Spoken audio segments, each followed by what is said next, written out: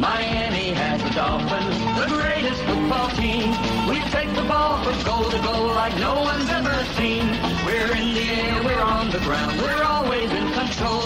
And when you say Miami, you're talking Super Bowl, 'cause we're the Miami Dolphins. Miami Dolphins, Miami Dolphins #1. Yes, we're the Miami Dolphins. Miami Dolphins, Miami Dolphins #1.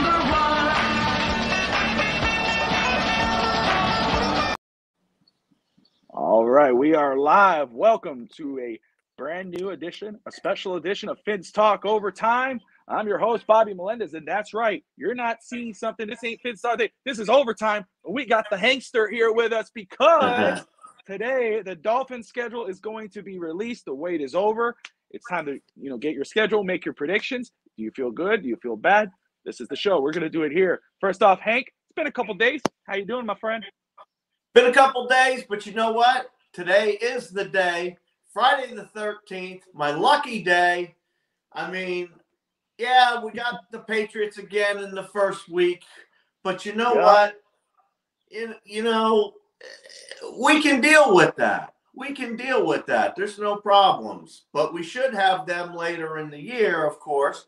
And, of course, we're going up there in the winter, so give them the advantage every single year. Especially being a lot of players train down in South Beach. That's right. And if you guys don't know yet, to those who are watching, and thank you for joining us as always, follow Hank at Fins to Win. You can follow myself at Bobby Finstock, and you can follow us, our show, on Twitter as well at Fins Talk Network. So as Hank's disclosed, it's been released already that the Dolphins will face the New England Patriots in Miami week 1. And then in week 2, we know for a fact, because Miami also released it, the Dolphins, we're going to face Baltimore in Baltimore. So and I heard it was unconfirmed. I'm going to go ahead and pull that up now in a few minutes. We should get the actual release.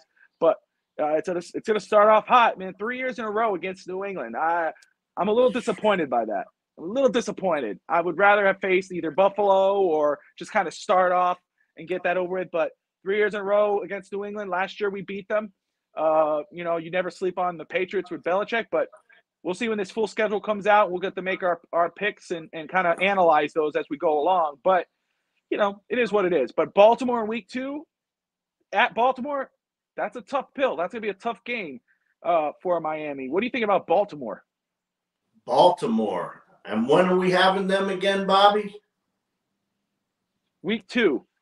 Week 2. That's a for sure already? Yep, the Dolphins announced it themselves. Right on. Week 2 at Baltimore. I think that's going to be a great game, too. It'll be warmed up and ready to go.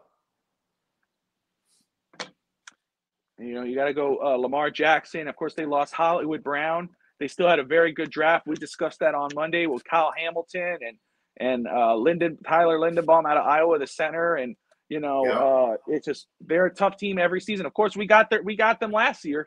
We beat them last year, and so it could history repeat itself if the defense could do their job against Lamar. It could happen. It could happen. Now, I will say Brett Lagasse is going to join us soon. He'll be here at 8:30. He's running a little late. That's okay, and so we'll get his takes as well. But as we're waiting here for the schedule, and then everyone, thank you for tuning in. You're watching Overtime. Don't forget to like and subscribe. Check out the Fins Talk Network on YouTube as well, where you catch all the past episodes and current and upcoming episodes of Fins Talk Today and Overtime. But as we wait here for the schedule to be released, Hank, you got into a little thing this week. The Dolphins signed on Monday Sony Michel as a new running back to pair with Raheem Mostert, who's returning. I guess he's dealing with an injury, and with Raheem Mostert and Chase Edmonds with Myles Gaskin, and they gave him number 34. And that kind of started a little bit of a uproar amongst fans and a little internal debate that 34 for Miami should be retired. Now, I stood out of it. Whatever. When I think of 34, of course, everybody thinks of Ricky Williams. But you had a very interesting take on Twitter about the number 34. So I'm going to ask you here, and I want you to make your case here. Should number 34 for the Miami Dolphins be retired for Ricky Williams? No. And let me be clear. Love Ricky Williams. Love what he did for the period that he did it. But there's a lot behind there that Ricky didn't do. And Ricky didn't stay with the team after they built an entire team around him running the ball. He took off and left because of his little pot deal going on that he shouldn't have been smoking pot, but he wanted to. Great. That's, his own personal choice. But as far as for the Dolphins go, he left them flat, high, and dry, whatever you want to say. Left them high and dry and went off to get his zen on. Well, you don't leave a team flat, get your zen on, and tell me that you're the best running back that the Miami Dolphins have ever had to retire this number. No. First and foremost, to retire a number, that person has already made the commitment of team. And Ricky Williams never made the commitment of team for the Miami Dolphins. The only reason he came back was because they were suing him for all the money that he had was supposed to earn. So he had to come back, fulfill his contract, and then he about broke even or so and went on his way after the few years after he came back. That's how it went for Ricky Williams. He only came back because he had to also. Not because he really, really wanted to and his heart was suddenly in it. That wasn't it. So for me, love what the man did. Beast, super beast on the field, no doubt. Great person from what everybody's ever said. I've never met him personally, but everything, and I've watched footage on him talking personally, seems like a great person. But I don't think that 34 should be retired because I don't think he did enough. I don't think it's an unfair thing to say. I think it's totally fair. And it is 8:00. It's time for the schedule release. We do know that it's confirmed that the Dolphins will play the Green Bay Packers on Christmas, which is pretty cool. I will say this very quick about Ricky. I don't think you're in the wrong. I get people why they want to they would say retire his number. He was great. He was one of the greats and could have ended up being one of the all-time greats if he had stayed and continued playing. I mean, and I told you this before the show, but I'll say it on here, and I ain't afraid to say it. I think Ricky Williams, if he would have stayed with the Miami Dolphins and played it out, didn't retire the first time, he could have been just as important and big of a name as Dan Marino was for Miami. Yes. He was that damn good. And, yes, I get it. You do you. I don't, he did great for Miami. His body was beat, all that whatnot. But, I agree with you. I get it.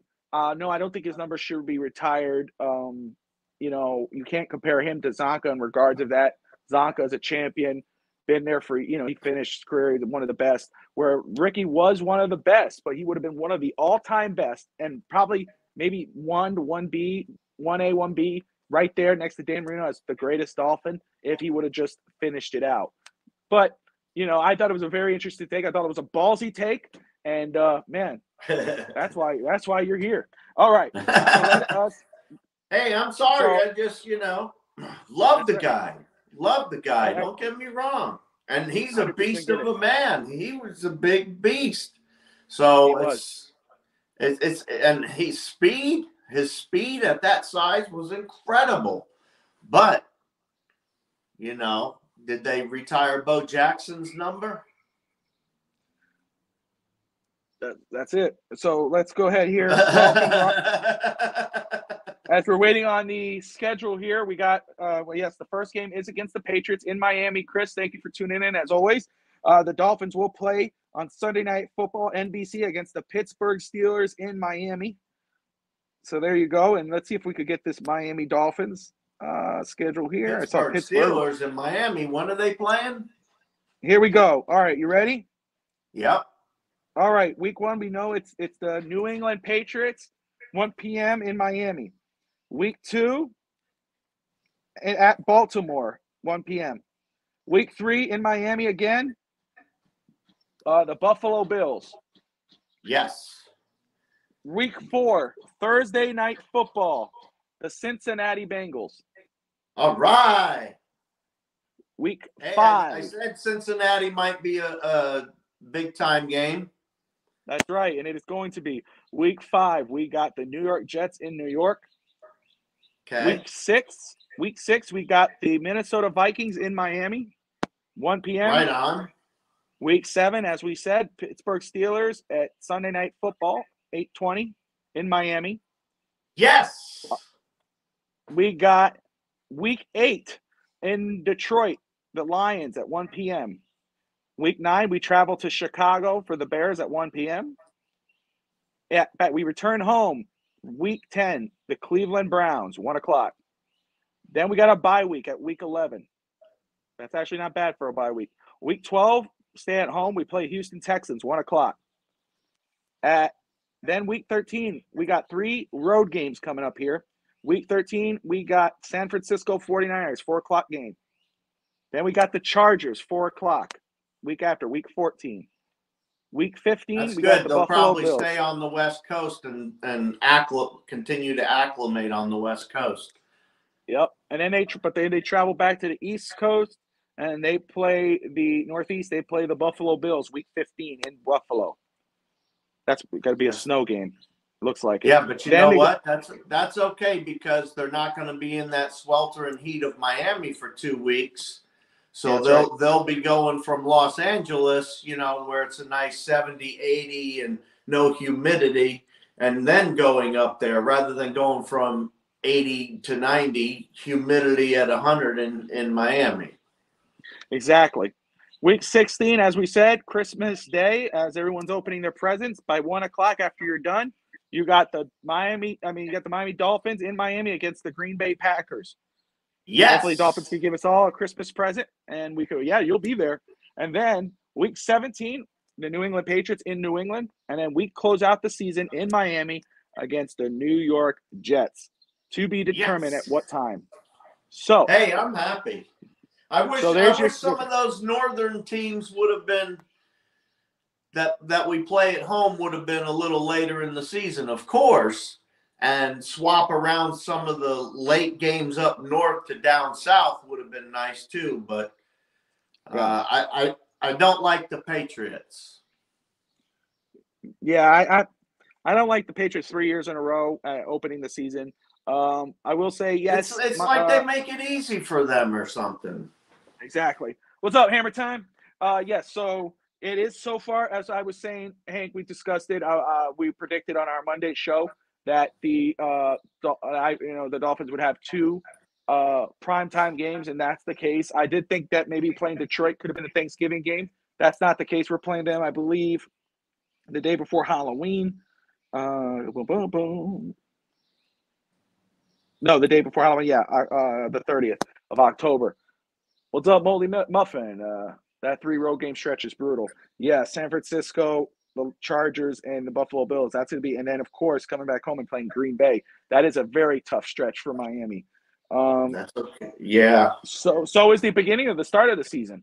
We got New England, but then Baltimore, Buffalo, and then Cincinnati. Cincinnati's going to be a tough game as well. But the good thing about the Dolphins is that returning defense. They got some added pieces. We hope that it's the second half of the season defense from last year, not the first half. And then we just got to hope that this offense is as good as it's going to be advertised. Let's see. Let me pull this here. I'm going to save that so I can have it and look back on it in just a second. And let's go ahead and. So we're playing at the Bengals, huh, for that Thursday nighter? We are, yes. We are playing Thursday Night Football in Cincinnati. We're going to open this. Yeah, we're playing at the Ravens too. Second week. I like that those are early because those could be some bad weather games. And as we all saw, Tua sucked.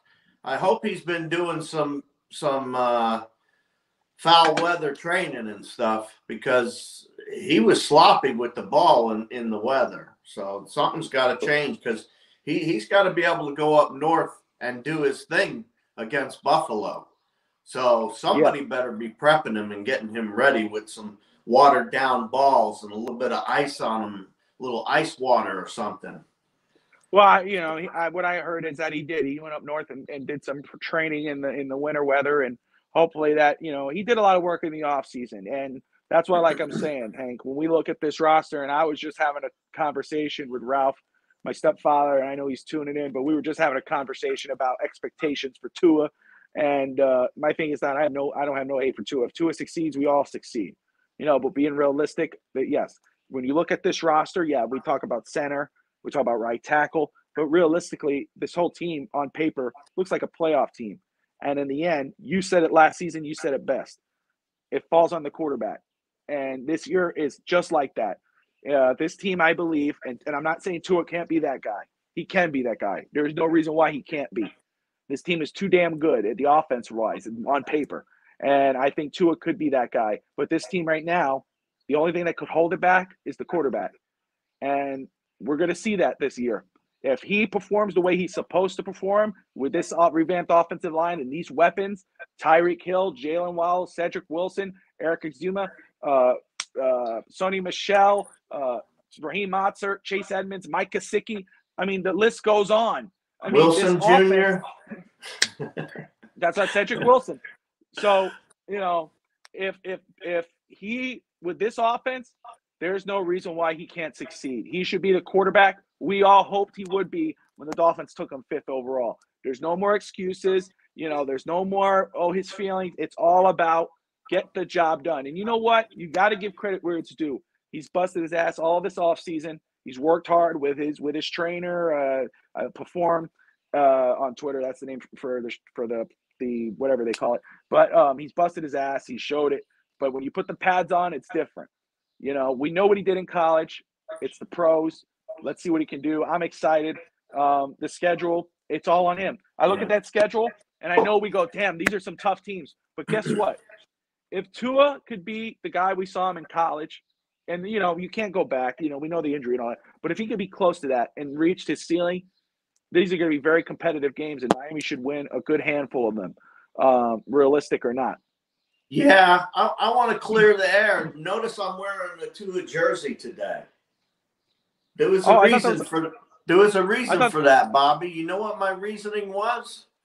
What's that? My reasoning was no matter what the schedule, no matter what the team does, if this guy right here, number 1, doesn't do it, then it isn't going to happen. But you know what's funny? Everybody's talking about how he can't throw the ball. It's the most ridiculous thing I've ever heard in the world. If the guy can throw the ball 50 yards, how often does a quarterback throw the ball over 50 yards in the air on a game on a regular basis? Not that often unless you're Josh Allen or somebody like that. So my point is he's still great. He's accurate. He still has a winning record. I hear you in the double. I heard it too. I'm wondering where it's coming from. It's coming from you. Maybe. Go ahead. And I just think that he's going to get it done. He's going to get it done. He's got a lot going on. I mean, everybody knocks on the kid, and if he couldn't throw the ball 50 yards, people, if he was that crappy, they would have straight out replaced him. And he'd have to be as crappy as half of you people out there are saying for us to actually lose. Yes, sir. They did try to replace him. Yeah. They tried. But I will say this. And I get where your point is. I will say this, though. He doesn't have to throw the ball 50 yards. The quarterback doesn't have to throw the ball 50 yards. Throw it 20 yards. Throw it 15 yards. See, that's the thing. We don't want to give lofty expectations. You're absolutely right. It's not, and that's why there's people that go, "Oh, look, he can't throw the ball that deep. He can't do it." He needs to win football games. He needs to be consistent. It's going to be. You don't have to throw 50. Yes, it's sexy to throw Tyreek Hill a 50-yard bomb over time because he's so damn fast, and Jalen Waddle. But throw that accurate 15-yard pass when you're running that left-out route. Don't throw it to their feet. That's all you need to do. And guess what? That 15 yards can go 20 to 50 yards for the touchdown. That's what you're going to do. Throw that 30-yard laser. Throw that 30-yard laser with one of those guys on the run in their pattern halfway. Waddle, Gesicki, or the Cheetah. You take your pick. It really doesn't matter. And once in that 30-yard range, he is deadly accurate, folks. Deadly accurate. And a lot of people just seem to forget this or something, and they all forget that the guy has a winning record. Even under all the circumstances he's been under, he still has a winning record, and everybody's treating him like he sucks. He doesn't suck. Give the kid a chance. So the center, I see people mentioning center up there. Dieter, yeah. So there's questions at center. What are they going to do, right? Michael Dieter, he's the incumbent. He's coming back. They didn't draft anybody. Didn't sign nobody. However, yes, they did sign somebody. Excuse me, I'm sorry. Connor Williams, who was the left guard in Dallas. The report is that supposedly Miami is interested in trying him out at center. I don't know how much experience he has. I know Brett Lagasse would be able to answer that. And we did discuss it a little bit via text, Hank. And he told me he didn't like it, but he got it. I think that offers some flexibility because if you put Connor Williams at center, who did very good as a guard, he's very highly rated as a guard, 14th, I believe. He was ranked. You put him at center. That gives you a chance to put maybe Austin Jackson, who, if you trained him with the right coaching staff, which I do trust this coaching staff, everybody's excited about the roster. We've been in love with rosters before in the offseason. You know what I'm most excited about? I'm more excited about this coaching staff. I'm more excited about I had my questions, and you know that, Hank, better than anybody. I had questions about Mike McDaniel. I wasn't on the bandwagon when people were hyping it up because of some pictures. I'll tell you what, I said, why was I not? I wanted a veteran head coach. Why was I not? Because I wanted to hire a good coaching staff, because that's where Flores failed. Not how he treated Tua, whatever people want to make out there. It's not about all this. It's about his coaching staff. That's what failed. Yeah. He couldn't put a competent staff together. Where, again, he couldn't keep a staff because of the way his attitude was either. The one thing you look at Mike McDaniel, you hear what his fellow coaches talk about him. You see the coaches he brought in, highly qualified guys. Bevel, he brought in Frank Smith, OC from the Chargers. He brought in Embry from the 49ers, Wes Welker, Applebaum from Boston College. And one thing I love about these coaches that I love, and I always hear from them, even Mike McDaniel, is a teacher. They're there. They're not better than – they're there to mold the offense around the players. The players should be forced into performing around the coaching, around the playbook. It should be about molding the playbook around the players. That's why I think the best thing I loved about – it's not about the weapons. If you would have came in with the same – of course, everybody would have been depressed about it. But if you would have came in with the same offense this year, going from last year into this year, but still had Mike McDaniel as head coach, I still would have felt very good about it. Why? Because what made me happy about the McDaniel hire was the first thing he did when he got on that airplane was he called Tua. And he told Tua, my job is to get the best out of you. Your job is to work your butt off, get better, but my job is to build it. And you could see the smile on Tua's face. And whether you think he's going to be the guy or he's not the guy, every Dolphins fan, no matter where you stand on the Tua debate, should be damn happy that your coach is that dedicated to get the best out of his player. So I'm more excited about this coaching staff. You see him. Yeah, some people worry about players coach, et cetera, et cetera, et cetera. But to see him hanging out he's one of the boys with his players, he's building that relationship, with the guys. He's going to the F1 racing. He's always taking pictures, hanging out with them. It's not like he's with Dan Marino and Ross and Greer standing in a corner. No, he's with the guys. He's with his players. And, yeah, maybe they can't talk football or they can't do this, but they can hang out together. And, that speaks volumes that these guys probably will run through a wall for him because he's one of the boys. I don't know. I just have a good feeling about McDaniel and this staff after kind of not only just listening to him, but looking at the staff he put together. Hey, you know what I just noticed looking at the schedule? I totally agree with you, Bobby. And everything you said is accurate. Thank you. You know what I just noticed? We actually have a bye week in the 11th week. That's a good spot. I agree with you. That's right before we go. We get after our bye week, we get a warm-up game with the Texans at home. Then we go away for 2 weeks. So Miami should be ready for those 2 weeks because that should be nothing more than a tune-up game. Yeah. You're absolutely right, and I agree. I love the Week 11 bye week. It's right there. And let me just say, guys, everyone who's watching, Hammer Time, Ralph, John, everybody, I see you all there, guys. Thank you for tuning in. Chris, as always, remember. What's up, everybody? I can't see you today. I don't have a cool guy thing up today, so I can't see anybody. So I appreciate all you for coming out and joining us. And I'll say this, Tamara, she hates when I do that because, truthfully, that's my mother. So Mom is up there. She's putting her 2 cents, and that's okay. But I will say this. I see Flores, people saying about Flores. Again, where he failed, in my opinion, was his coaching staff. And there's another thing. This is one thing I like about McDaniel compared to these other guys. That's the difference. Because I say, man, I didn't want another first-time coach. We had Adam Gase. We had Philbin. We had Cameron. We had Flores. And they all failed. Why did they fail, in my opinion? Well, in regards to staff, but also, who the hell were they? They hadn't done a damn thing in this league. And the first thing they do is act like they were Nick Saban. They're better than everybody else. They're smarter than everybody else. They treat their players a certain way. Where, to me, that's why I think I like McDaniel, because he puts himself on the same level with them. We're in this together. We're all on the same page. We want to get this job done and do this for the fans and do this for the people in that office. That's what I love about McDaniel, listening to him. Where Flores, he thought he was smarter than Greer. He thought he was smarter than this guy. He fired a lot of guys. Same thing with Gase. The way they talked in the media and everything else. So that's one of my things. I think those were the 2 things. I don't know about leading men. I know there was players that came out that say they respected Flores. Obviously, Mike Tomlin hired him. So I don't know about that. But did he think he was smarter than everybody else? Did he rock the boat a little bit with Ross and everything else? Yes. So did Gase. So did Philbin. I mean, it was always the same story where it doesn't feel that way with Mike McDaniel. And I'm not trying to be a homer because Hank knows I don't try to be a homer. I'm more realistic. I'm a homer. You're the homer. But I will say, though, I'm a homer only because I root for my team all the time. But my expectations, when you don't think they're realistic, is because I'm taking the optimistic path rather than taking the pessimistic path.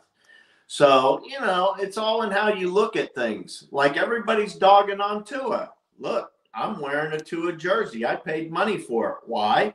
Because the kid hasn't had his chance yet. But let's talk about this schedule a little bit more, because now that I've been looking it over, there's some things I want to talk about. Let's see if this thing will mess me up again.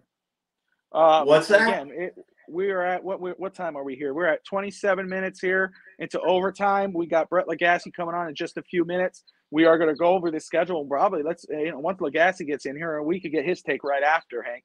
I would love to get all 3 of us at the same time.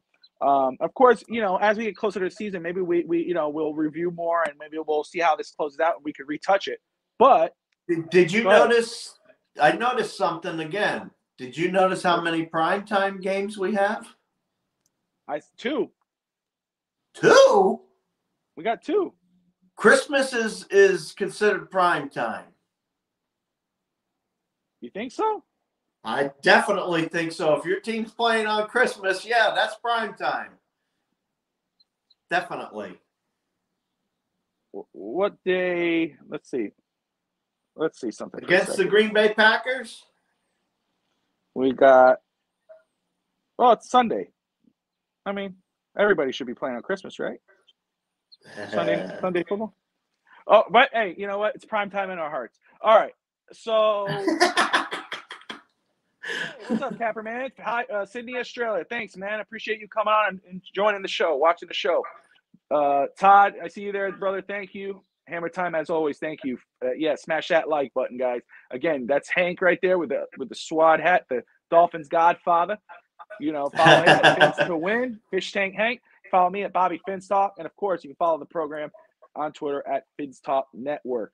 All right, so as we go on here, let me make sure I'm on the time here. We got a few minutes here. That's okay. All right, so let me go ahead and pull this up. What is the other thing we were going to discuss? Well, I know Brett wanted to talk about Sony Michel. And, yeah, that's right.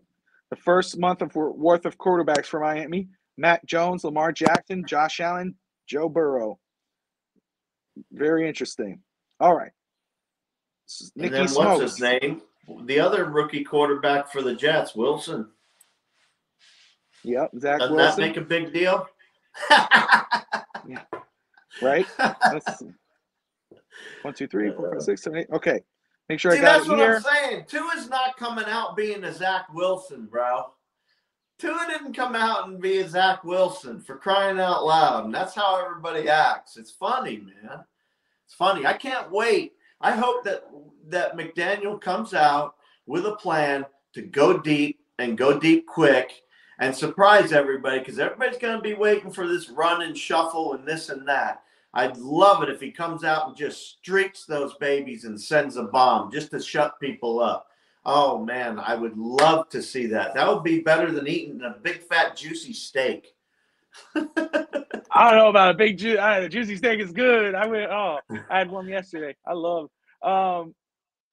Ralph says, I love our draft pick, starting with the pick 102, which is Channing Tindall, and then the kid from Oregon. That was actually an undrafted free agent. That kid, is it McKinley? Veron McKinley? Am I getting that right? McKinley, who played with Javon Holland. Yeah, I'm very excited about the two. Let me tell you something. When you include the undrafted free agents with the draft class, I'm very excited. I think it's a very good draft class, considering I only had 4 picks. Everybody said it too. Nobody was excited about just 4 picks. Everyone was saying, "Oh, it's only 4 picks." But if you think about it, Channing Tindall, Cameron Good, Eric Zima, excuse me, and then of course the quarterback Skylar Thompson, who, yes, he projects as a practice squad guy, but you include those undrafted, Kellen Ditch, offensive tackle. I mean, I wanted the center, who went with San Francisco, but that guy might project as the starting right tackle. He has the opportunity to do it. Hank, I think you'd be interested once Brett gets in here. I think you'll like to hear what he says about the draft class, because I know you had opinions on him, but I think you'd like what he has to say about this kid out of Arizona State that we got, and Oregon. A lot of. I'm in Oregon. I know you're in Oregon, my man. You about to leave? You're leaving. You're trying to escape. Well, I mean, I'm waiting on my house. You know, we put it together a little bit, but like I said, I'm not in a hurry to sell. I'm taking my time, and it's Oregon, and it's like the Wild West out here with houses. So I got to be careful in how I sell my house. That's right. Let's see. John Santos says you're the Suave Godfather. Well, thank you, man. Thank you. I appreciate you, bro. Chris, in my opinion, if the team gives Tua more than 2 seconds to throw the ball, we should see a lot of more longer throws. You got it, because he was averaging 2.6 seconds time. Each drop back, he was getting 2.6 on average. I totally agree. Not that I remembered a number or anything. All right. So as we are past this 8:30 mark, we await Mr. Lagasse. He's at work. That's understandable. But let's go ahead, Hank, and let's go ahead and go with this schedule. Let's look over each game, and let's start with the early predictions. And once Brett gets in here, we'll get his as well. You ready? How about if we take some more viewer comments? That's okay. It gives us a little more time to wait it up. I like that. Yeah, all right, let's guys, see what everybody else out there thinks, bro. I can't see what they're saying. How about this? Me. Okay, I'll lead it. All right, guys. Hammer time. Chris, Todd, Tammy, Ralph, Mom. Sorry, Tammy. She hates when I do that, but I gotta be fair. Anyway, if you got questions, type them in there in the comment box. We'll answer those as we go on, or any comments. You have something to say about Miami? What do you think of Tua? What do you think of the running game, the receivers? Let's go with it. Schedule. We'll discuss that. As we're waiting on that, the schedule as well. What game do you like the most? What game do you not like the most? That you fear the most? Let's go ahead and look at something here as we're waiting. You know what game I like the most? I love that Green Bay game because I'm going to be there. You know what other Christmas game Day. I like the most? The Pittsburgh game because I'm going to be there. All the Miami games are going to be there, aren't you? Yes, sir. But I was just pointing out a couple highlight and a couple that you said which ones do people like, and those are the ones I like. I can't wait to see some live action finally. It's been a few years. So, yep. Dolphin72. Dolphins forget how good NFL players really are. On many sites, Dolphins are talking about third rounders and undrafted free agents like they're coming in and going to be starters. Shaking my head. It's not about these. First of all, third round picks, fourth round picks, fifth round picks, 6, 7. A lot of them. No, you're okay. Go ahead. A lot of them could be starters, but it's not about that when it comes to this. See, this is what I loved about this draft, Hank.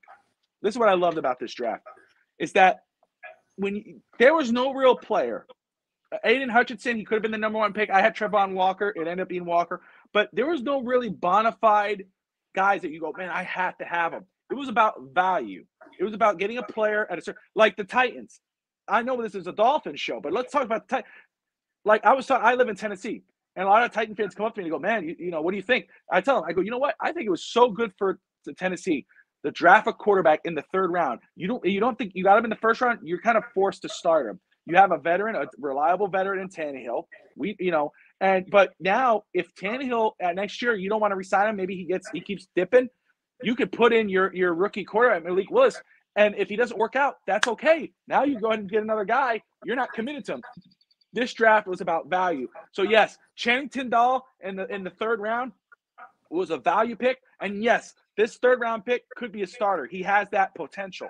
Kellen Deach, the undrafted free agent, there's some undrafted free agents who end up being starters, but it's more about rotational players, practice squad at that point, and it's about getting depth. And I think Miami got some good depth. And I think, if I'm not wrong, I see my little update here. We got Mr. Lagasse in the house. Let's go ahead and pull him in there.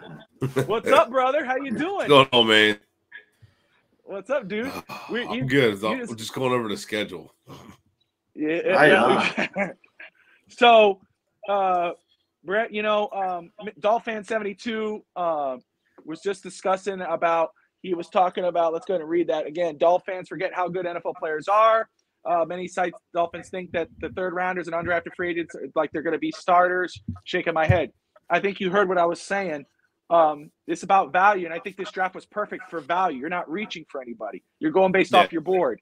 What do you think about this draft class as we got Hank here? Nobody was worth trading up for, so it was good that they kept their picks and they stuck to their guns. They tried to move up a couple spots, but they couldn't do it, and they didn't want to overpay, so it was good. I mean, you're probably only going to get role players at this point. You're only going to get a role player in the 3rd round, 4th round. Likely, probably, I won't say a starter, but you're going to get someone who's going to play key downs, I think, with Tindall. But I don't think the rest of the players are going to get a whole lot of playing time. I think Izukuma, I think we'll get some special teams time. I think as the season progresses, you'll see him get a few snaps on offense. But, like I said before, if you're going to be in the final 53 at wide receiver and you're not one of the top 3 receivers, you better play special teams. So that's going to be good for him to be able to play special teams. And he has the role. I'm sure they'll find some snaps for him. But overall, I think he's just going to be a depth guy right now. And I think that's all they're looking at the draft, just get the best bang for their buck. And I really think that Tindall was probably the best player from the draft that they got, and I think he can eventually develop into a good player. I think he needs to develop, but I mean, we've had 3rd round players so far that have developed pretty nicely. Still holding out the Hunter Long could be good, but yeah, Brandon Jones, who's turned out to be a really solid player. So I think it was a good. I think they got the good value. I think Tindall is a good pick, and he was kind of. So remember, he was a pass rusher before he played linebacker, before he stood up, before he was asked to play off-ball linebacker. Edge rusher, yeah. Yeah, so there was a lot of growth there. So it took him a little bit to adjust, but every year he got better, and that's something you want to see. But that's why he kind of was not under the limelight. That's why the 2 linebackers went ahead of him. That's why everybody was talking about them before him. And give him time, and he's a smart guy. He's putting it together, but he's still learning that position. Understood. So let me see. Dolphin72. Basically, I'm open-minded about players that are Dolphins. Still have zero expectations of any of them. I've seen Dolphins call 7th rounders a bust. You know what, Dolphin72? You're absolutely right, and I get where you're coming from. I appreciate you watching too, brother. Thank you. So this is what I do. Hank, I want to touch on this because you made a good point. I want to talk about this Ricky Williams thing because I know Brett has some comments about Sony Michel. So people, when we signed Sony Michel, he has the number 34 now. And everybody was saying that number should be retired. Hank had a very interesting perspective, Hank, and Hank says there's no way the number should have been retired because Ricky left the team. He gave up on the team, didn't right his commitment. And so I want to get your thoughts. Should number 34 be retired?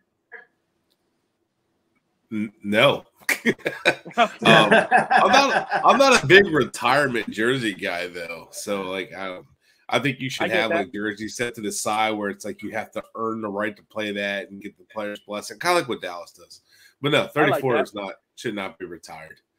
No. Yeah, I think the 3 numbers they have that are retired, only 2 of them I really think are like definitely like with Zonka and Marino. The Greasy's like, all right, whatever. If they were to bring that back, let someone wear 12, wouldn't be as meaningful. But I don't think it should be retired. Awesome. There you go, Hank. You see, you're not alone, brother. Hey, you're not alone. you would think I was alone. Yeah, the way Twitter was. Hank, I want to let you know. Twitter comes after me quick, and I'm like, all right. Well, listen, I want to let you know, Hank. I don't know if you got a chance to meet Brett before. I think this is your first time. Finstock today in overtime on the same program. What's up, Brett? Let me tell you, he's very used to. Brett is very used to going on, having people come at him with friendly conversations on Twitter, just like you. So this is kind of cool. That's right. I will say, I think you guys would be a very interesting. I don't know where Evan's at, but I haven't seen Evan. He's probably watching, Evan, I know would be pushing this right now because I think you guys have a very nice conversation about Tua. So, but we had a whole thing about Tua just a minute ago. But let's do this before we get into any of that. We'll have more fun because I know Hank and Brett were all about the fun. But let's go ahead and talk about this schedule. Brett, I know you had some time to look at it. Yes or no? Yeah, a little bit. Yeah.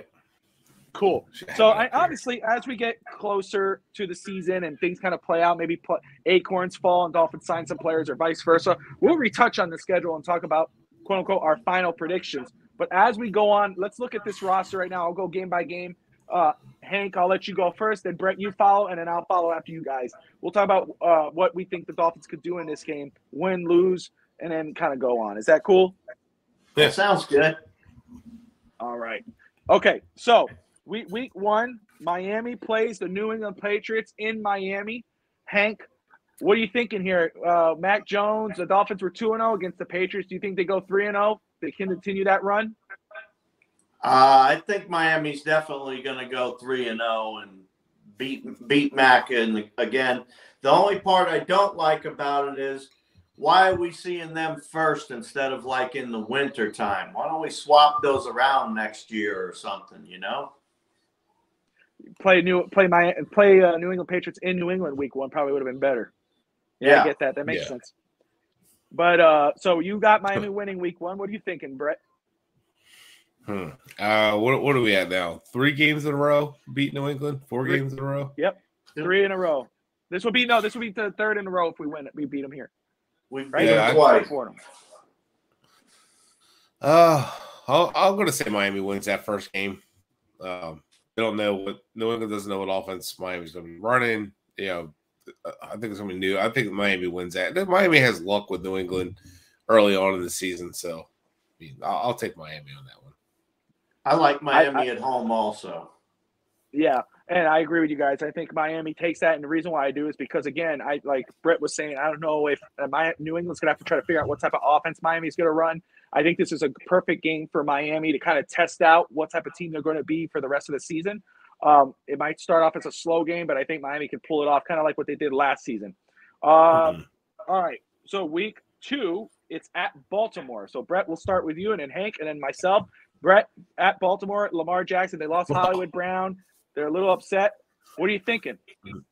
I'm going to try to make that game, but that's tough. Miami has not been very successful under or against Baltimore since Harbaugh took over. Miami struggles against Baltimore on the road.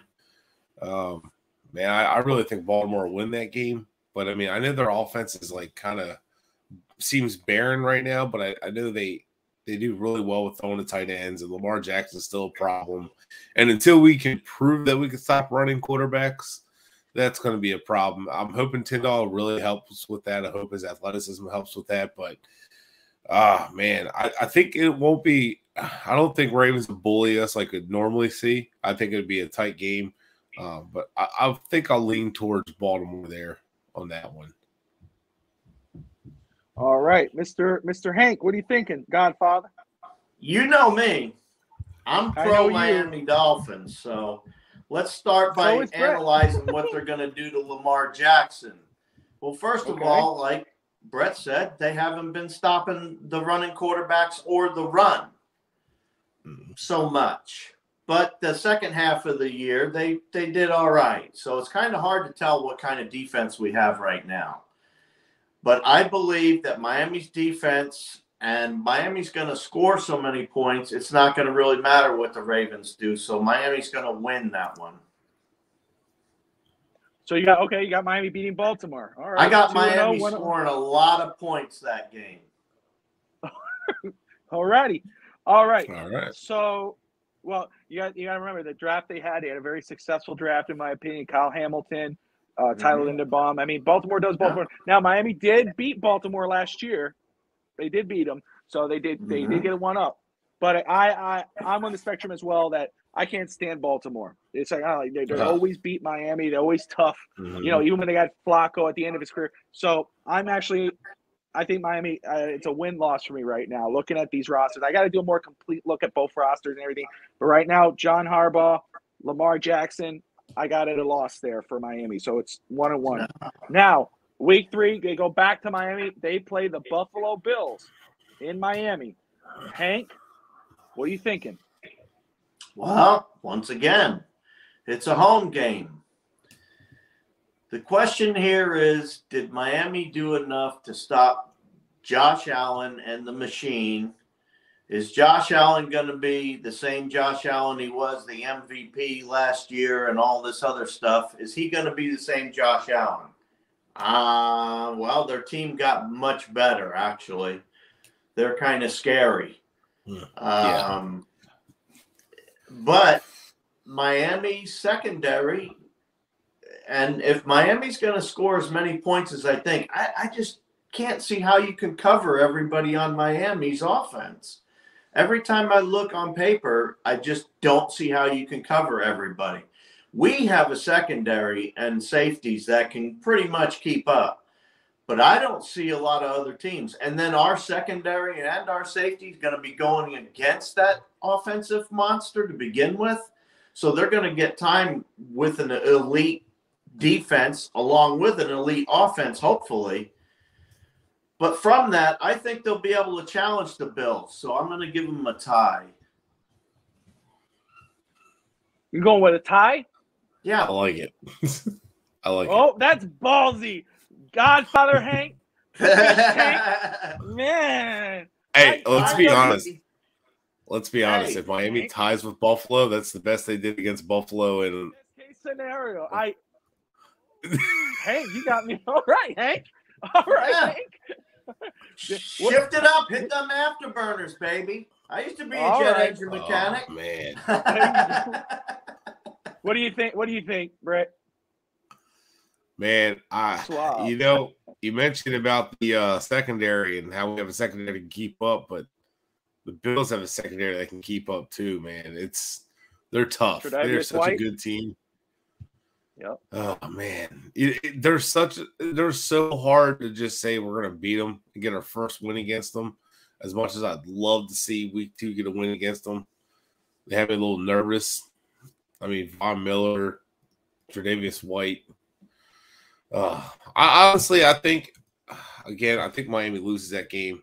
They haven't shown that they can compete with the Bills. I don't think they're there yet early in the season, but I think it's going to be competitive compared to before. I think it's going to be a different outcome, but I still think Miami ends up losing. But I think it's going to be more of a hard fought battle.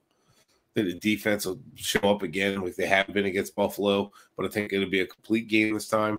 And the offense will probably control the ball a little bit more to try to keep.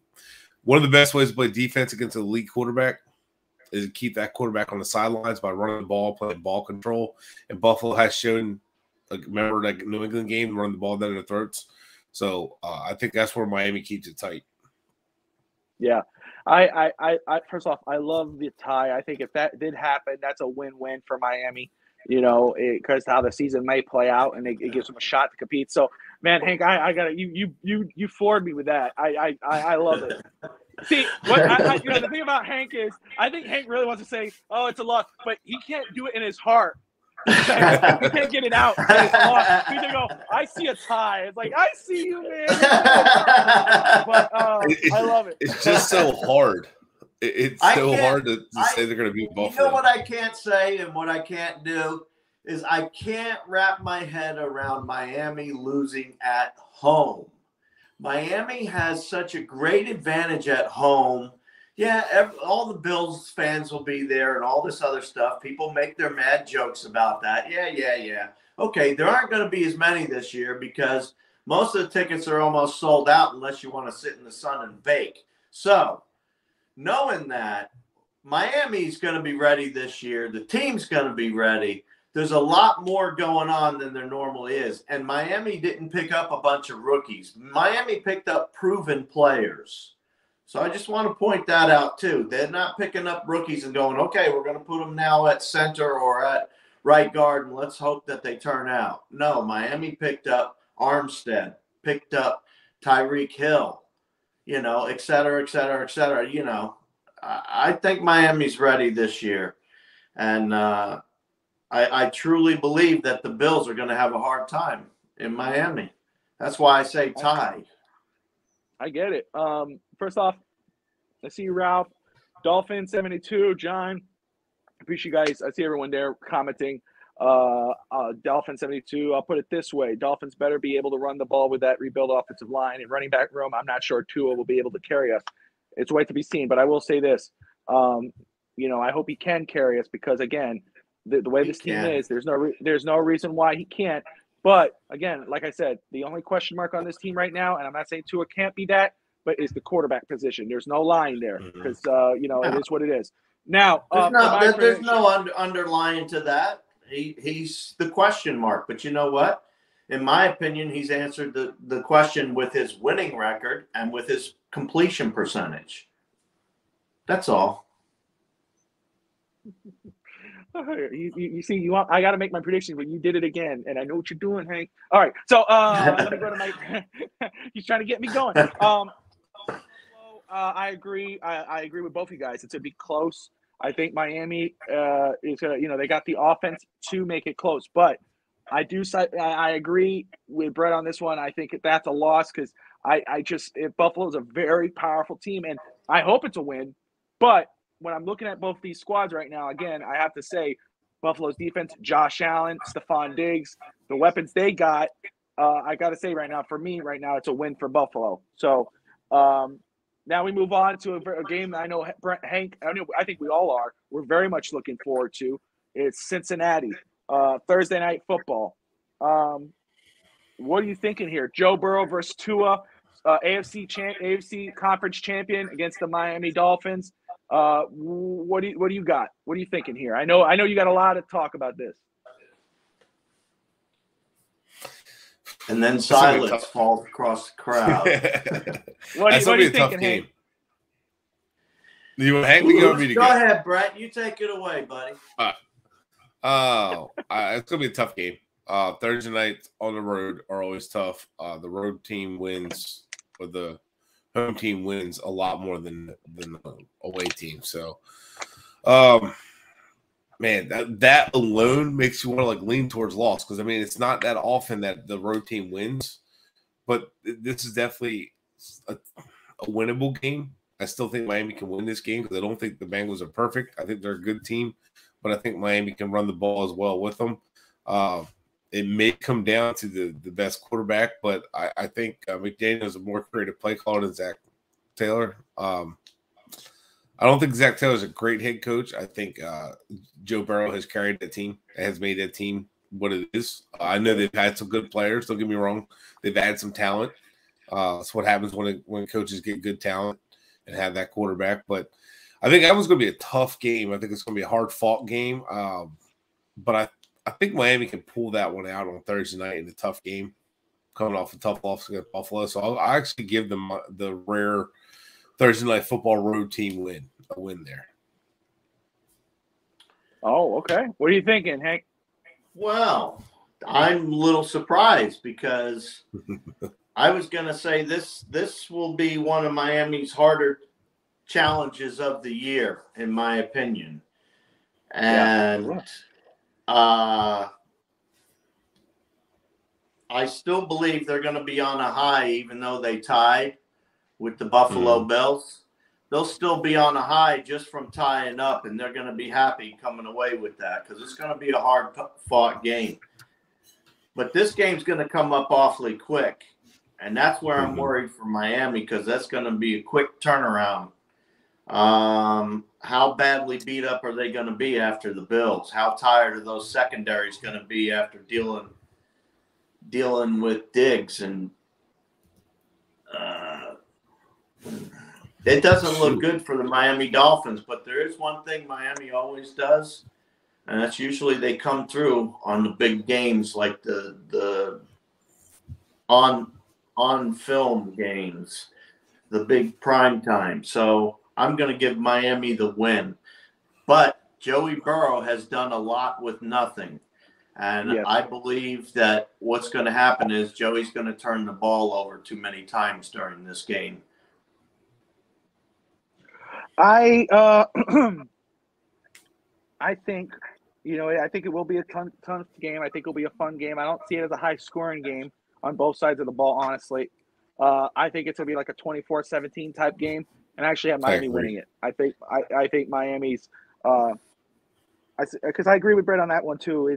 Cincinnati is a good team. I think they do carry the coach, and I think Zach Taylor is beneficial. He benefited from the team he has.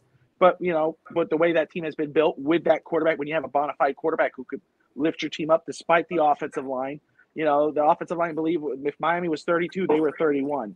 And they were, he carried them to the Super Bowl.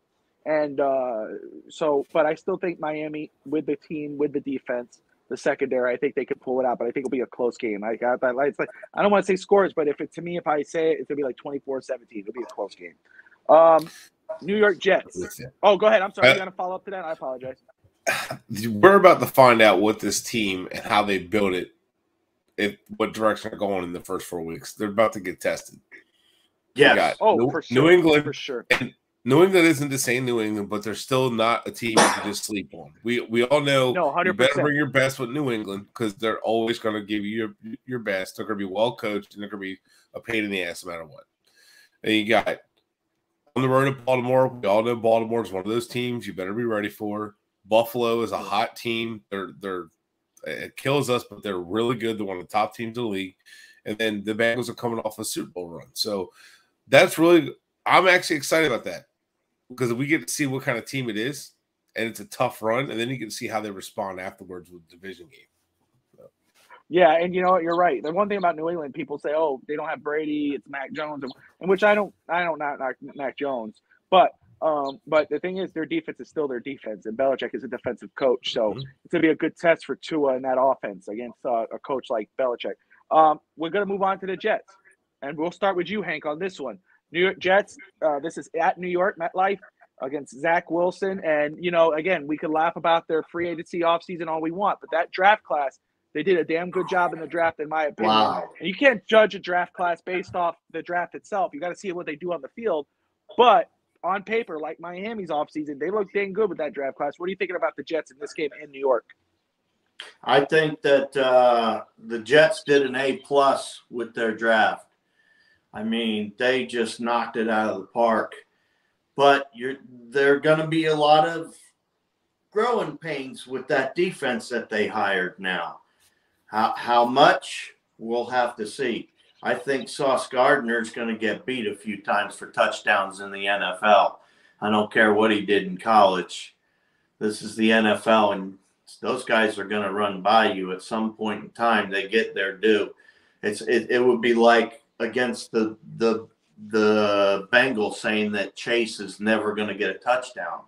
No, we have a great corner in Howard, but guess what?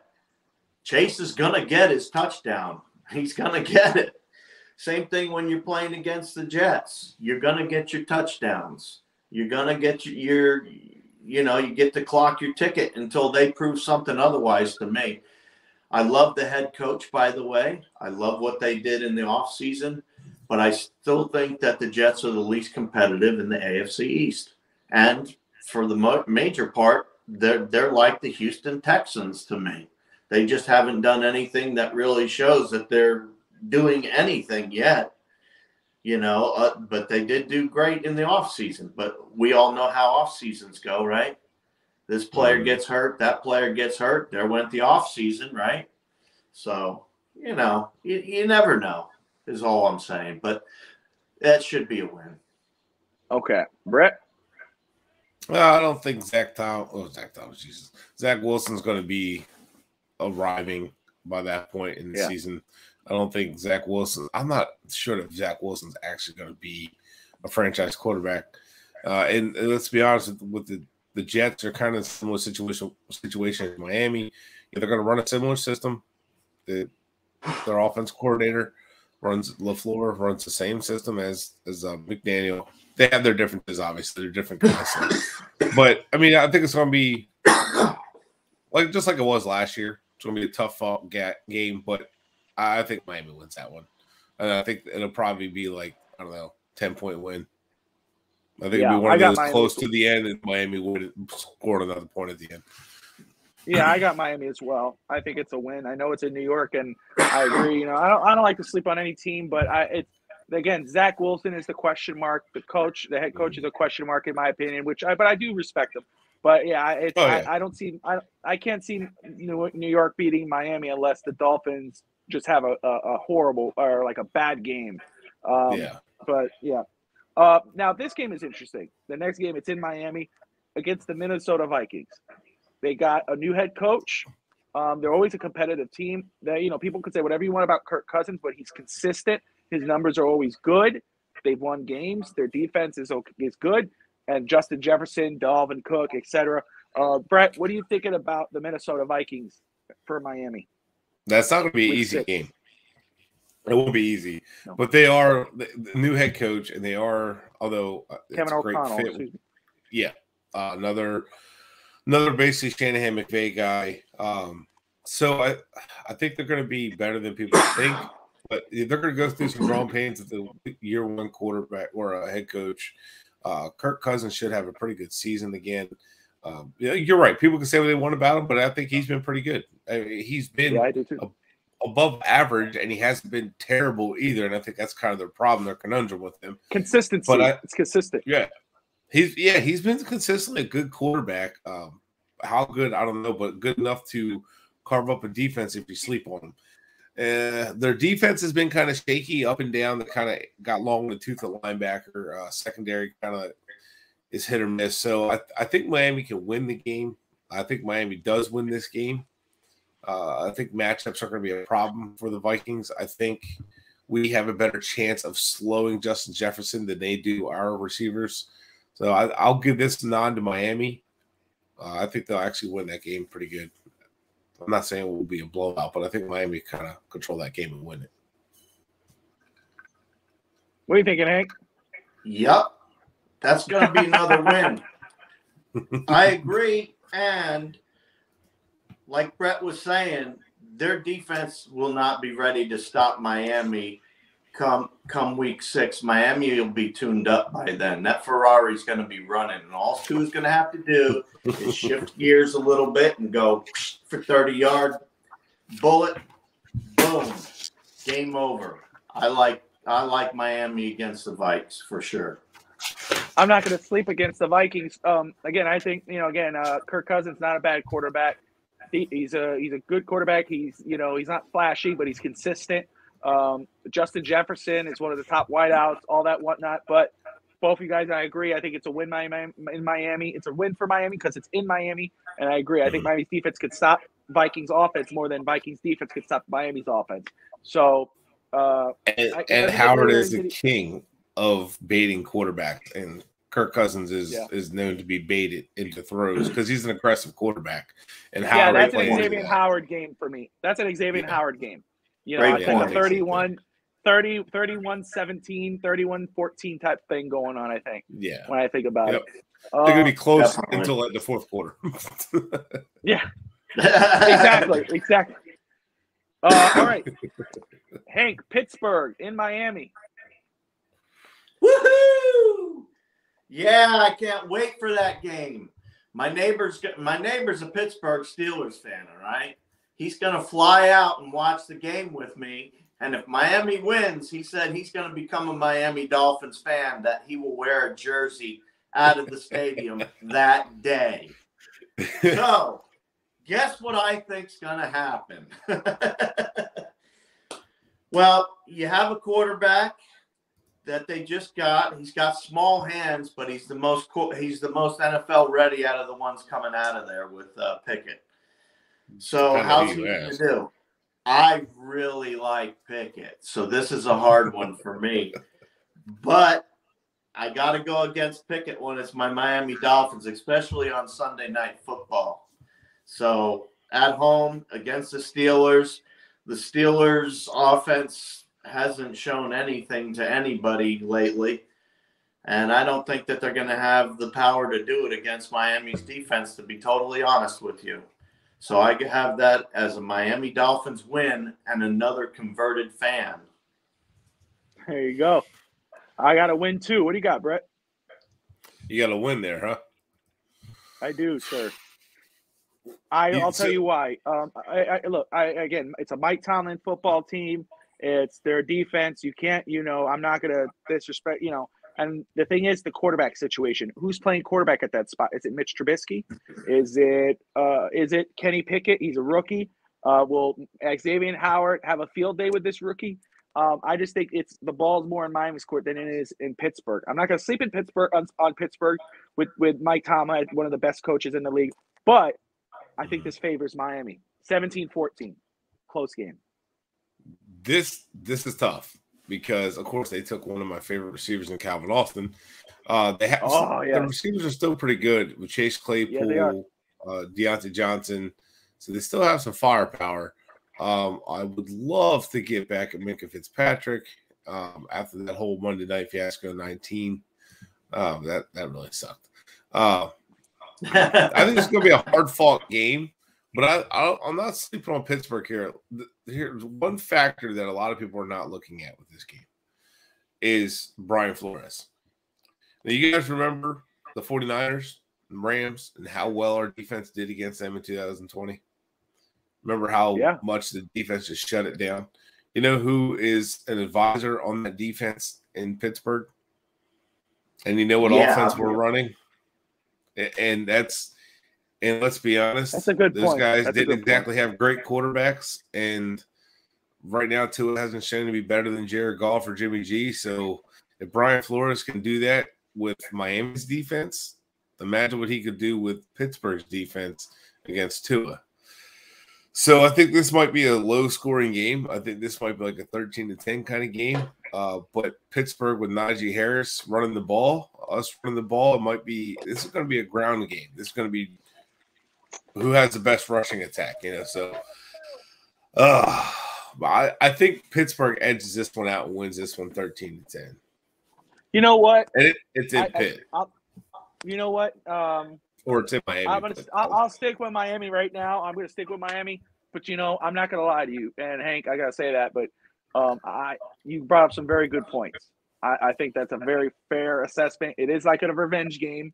But you're right. The defense, what they did with those two quarterbacks, and what they could do here. I'm teetering. I'm going to stick with Miami over Pitt, but I don't think you're being unfair. I think you're right on. It still goes by who's running the show and who the quarterback is, and that's why I say Miami's going to have the edge. I still would love Tua to have Tua's revenge game against Flores will be amazing too, but. Yeah. Flores called a beautiful game against the Rams and 49ers and that he knows how to stop that offense. And he knows Tua's weaknesses too. He knows the weaknesses Tua has that don't necessarily highlight on film, but he knows all of his weaknesses. So those are great points, man. I'll tell you what. I should have let you talk first. I had it noted win, but now I'm like, should have. He's changing his mind. Damn, hold on a second. No, I'll stick with it. But you know what? And I said, what did you say? You said 13-10? Did you say 13-10? Yeah, I said 13-10. All right, I said 17-14. So I'm with you on the close game, but Yeah. we haven't switched. But I get it. You're right. Okay. I mean, it's good points. It's going to be 28-14, even though nobody asked me. You spit it out, my man. You can say whatever you want. Hey, I'd be all about it. I'd love to be wrong about all these losses. 28-14. Miami's going to dominate in that game. Look at you. I'm here. If it happens, I'm here for it. I'm all about it. That's 100%. I say the same thing. All right. Detroit, they had a decent draft. You know, their roster's not to be messed around with. You know, they had a bad year last season, but they might be feisty. They might be a feisty team. They might upset a little, but I have it as a win. I think Miami's defense could hold that Detroit offense. I'm not really worried about it. Brett, what are you thinking? Yeah, I'm not scared of Jared Goff. I don't think the Dolphins lose that game. I think the Dolphins win that game pretty handily. Yeah, I mean, it might be like a tough battle, a fist fight early, but I think Miami wins that game pretty handily. What are you thinking, I don't Hank? see any problems there. Lions don't have enough. They just don't. Okay. It's that simple. All right. Chicago. Justin Fields, Hank. This is in Chicago. It's November, so it's a cold game. Yeah. They got a new coach. Lots of turnovers. Lots of turnovers. You got that as a win for Miami? I got that as a win for Miami at the Bears in November because it's not that cold yet. Miami's going to go in there, and that young man thinks he's going to be superstar, and he's going to be super dud because, once again, Miami's defense is going to bait this young man, and they're going to take a lot of balls away. I believe Howard's going to bait him.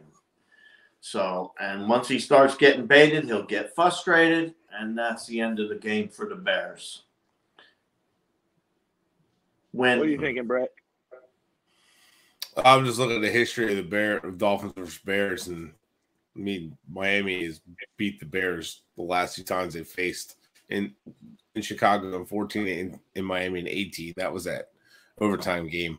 I think Brock Osweiler was the quarterback in that one.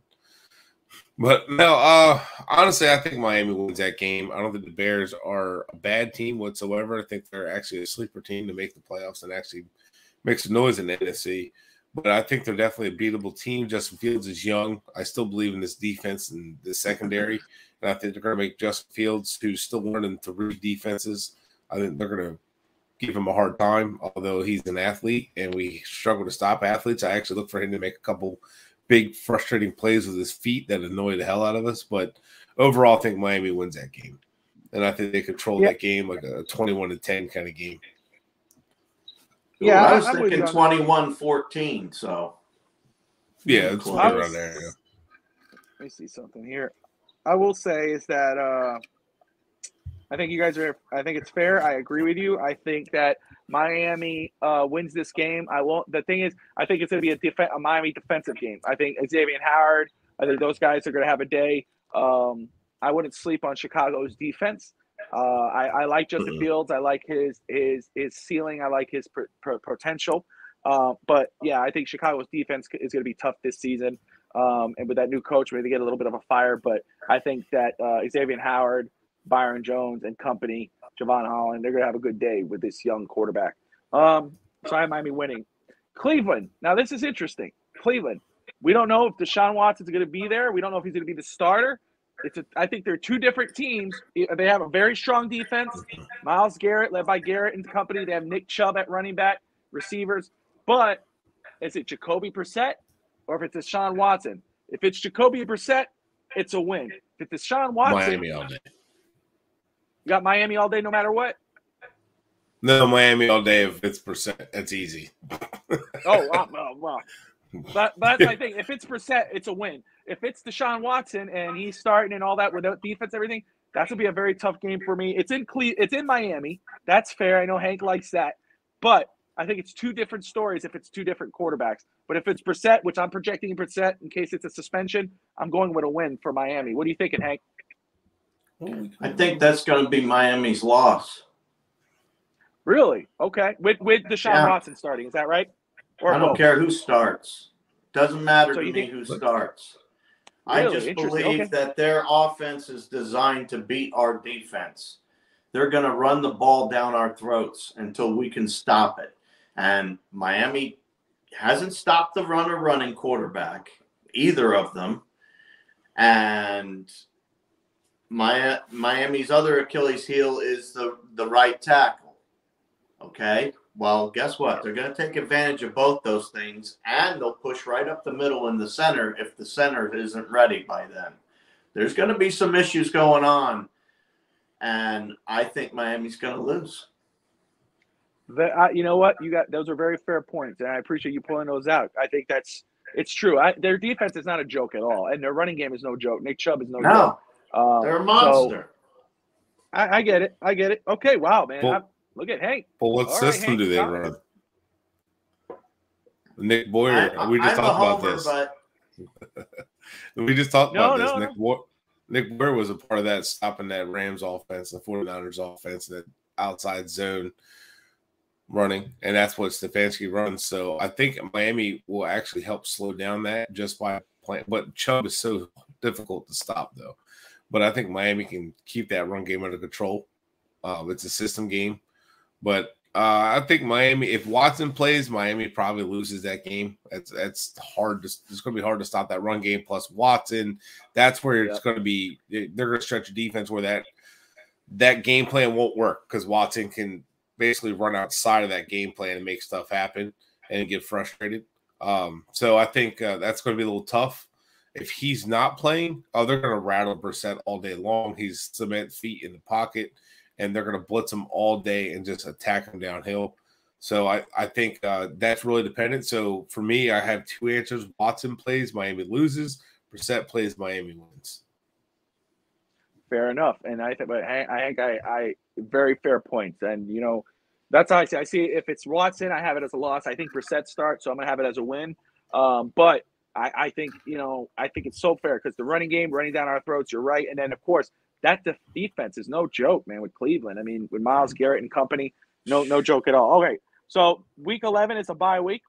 So Miami gets a rest there. Have you guys been keeping track of the way you got it? That one as a win.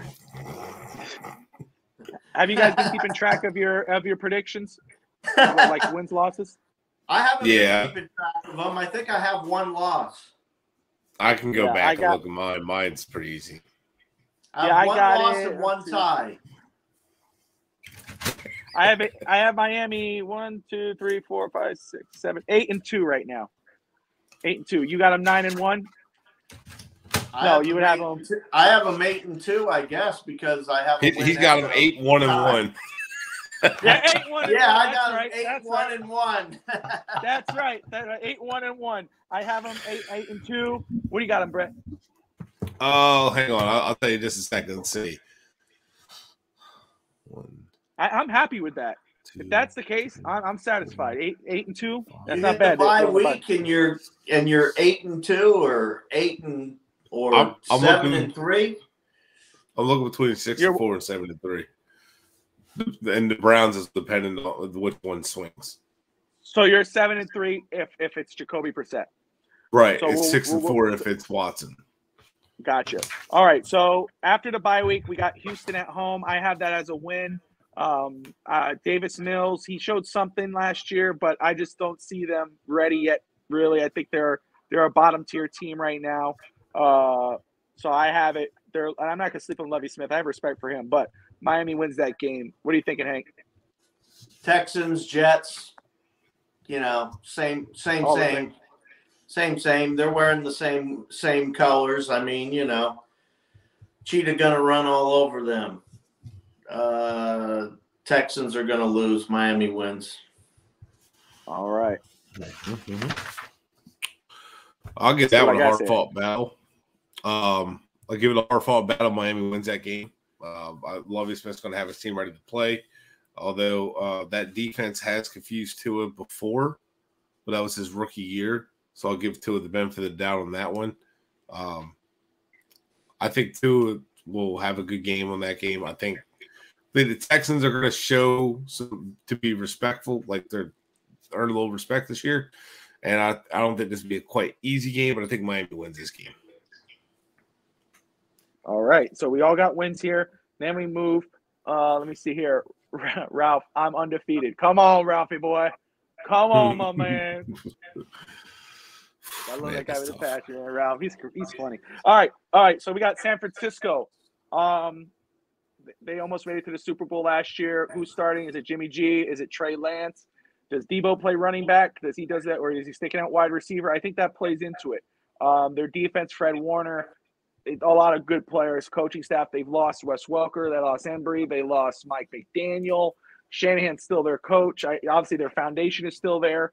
However, I think that's a close game. I think it's a hard-fought game. I think it's a high-scoring game. I got it 31-28 Miami. Brett, what do you got? So now, if San Francisco is in a better situation talent-wise, I know they still have Debo and Ayuk and all that, and Trey Lance still has potential. By that point, I would expect Trey Lance to be playing. But San Fran has lost some talent. They lost some coaching. Normally I would pick Shanahan over his pupil. You know what I mean? That's usually how it works. But, man, I think Mike McDaniel might pull the upset here. So I'm going Mike McDaniel here. I like your score prediction, 31-28. I think this would be a hard-fought match. I think, obviously, McDaniel will probably give it all on this one. Yep. But I'm going Miami on this one. And I wanted to pick San Fran, but just looking at the roster and looking at how everything's going for them, I think San Fran might have a stumble of a year this year, or a down year. So I'm going Miami in that one. Got you. What do you got, Hank? This is going to be the game that cements Tua one way or the other. This will be his test. And if he passes this test, he's going to be charged up and ready for the Chargers the following week, too. This is going to show whether Miami can stretch the field and whether Tua can get the ball down the field or not. This game is going to require him to go deep. It's going to require him to dump the ball on a line 30 yards down, 40 yards down. He's going to need to be able to do that because he's going to have to give his receivers a little bit of time, which also means Tua needs at least 3 to 4 seconds in the pocket sometimes to get that ball down there. I still think that this is going to cement him one way or the other, and I believe the young man's going to pull out a win. So I like Miami, but I like it a little lower scoring than you. I'm more in the 24-20 range. Gotcha. All right, so we all have wins, though. Now, this is a big game. The next game, to me, I'm surprised.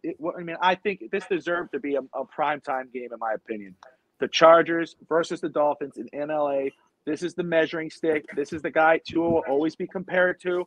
It's Justin Herbert versus Tua. Dolphins versus Chargers. Whether people like it or not, it is what it is. Hank, we discussed it on Monday. I'm going to be real with you. They got Isaiah Spiller. They still have those top receivers. It's Justin Herbert. He's still he's right teetering on elite. The defense.